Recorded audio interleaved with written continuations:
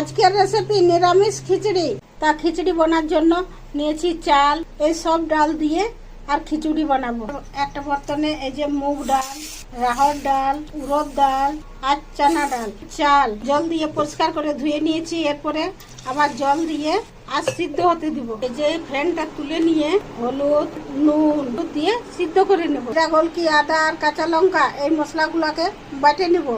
আলু, পটল, টমাটো, শিমলা মরিচ আর ভেন্ডিকে ভাজে নিব। এরপর কড়াইয়ে তেল গরম করে জিরা ফোড়ন দিয়ে ভেন্ডিগুলো একটু নুন দিয়ে ভেন্ডিগুলো ভাজে নিব। ভেন্ডিগুলো ভাজা হয়ে গেছে, তুলে নিচ্ছি। এটাতে আবার একটু তেল দিয়ে জিরা আর শুকনো লঙ্কা ফোড়ন দিয়ে আলু, পটল আর শিমলা মরিচ এগুলো পরিমাণ মতো নুন দিয়ে ভাজিয়ে নিব। ভাজা হয়ে গেছে, টমাটার দিয়ে টমাটার ভাজা হয়ে গেছে। এরপরে জিরা, গোলকি, আদা আর কাঁচা লঙ্কা বাটা